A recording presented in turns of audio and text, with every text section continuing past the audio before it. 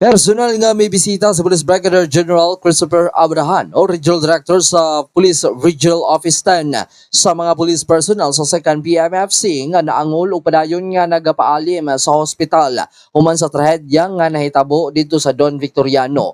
Personal usab nga gipaabot sa opisyal ang ngadtos pamilya sa upat ka mga pulis nga nakabsa sa kinabuhi di na nagipeluna sa St. Peter Chapel ng syudad isip paghatag respeto o pagkigduyog sa kasubo. Nasairan nga nakapson sa kinabuhi sa mong insidente ang 5 ka mga individual din kini naglakip sa upat ka mga pulis ug usa ka empleyado sa provincial government.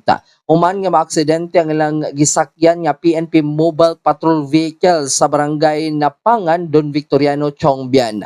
Gipahayag ni Police Brigadier General Abrahano ang iyang lawom nga pahasubo sa nahitabo og misaad ang kapulisan nga magapadayon sila sa paghatag og suporta ngadto sa pamilya sa mga nabiktima. Gipaniguro usab sa opisyal nga maproseso og makuha sa labing paspas nga panahon ang mga benepisyo sa mga mitaliwan nga pulis nga naghalad sa ilahang kinabuhi og serbisyo alang sa katawhan.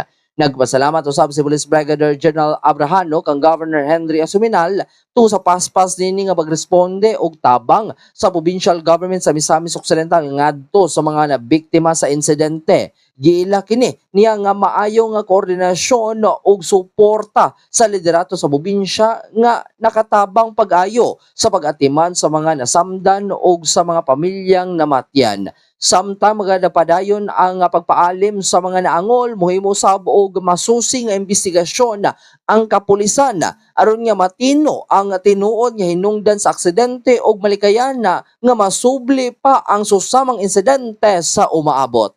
Ani ang tibig og bahin sa pamahayag ni Police Brigadier General Christopher Abrahano atol sa may ginabi no sa mga sakop sa media ni adtong Sabado atol sa iyang pagbisita nga ni sa syudad sa Ozamis.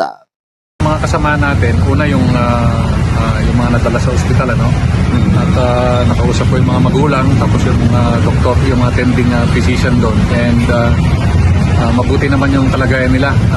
All of them are conscious, pero medyo under observation, pero careful pa rin yung kanila, yung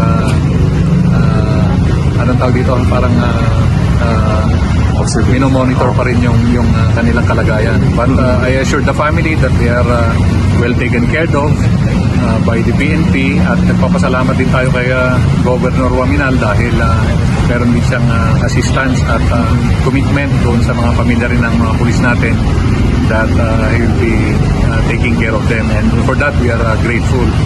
The Chief PNP also asked me to extend our condolences doon sa pamilya ng mga sa mga sawi na kapulisan natin.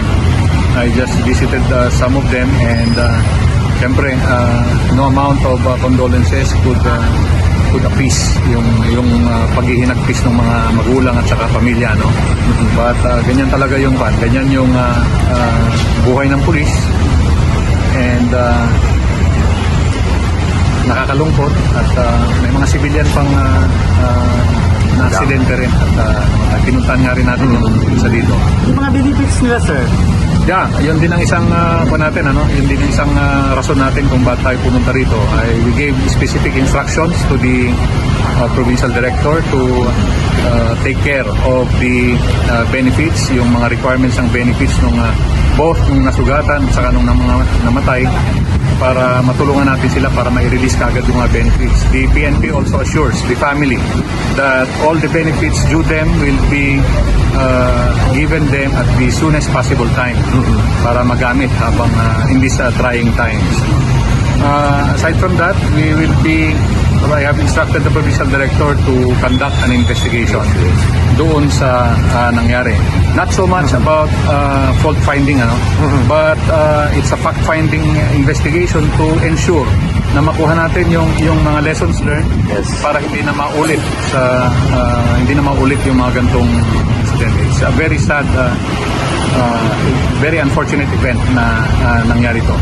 Pero yun nga, we have... Mogaton tingog ni Regional Director sa Pro 10 Police Brigadier General Christopher Abrahano atol sa eksklusibo nga pagiginabi sa DXDD News Team nadtong Sabado. Alang sa DXDD, ang Radyo Kampana, ang radyo sa simbahan, kini si W4, Glen Ray Luna, Danag, Sarakbian.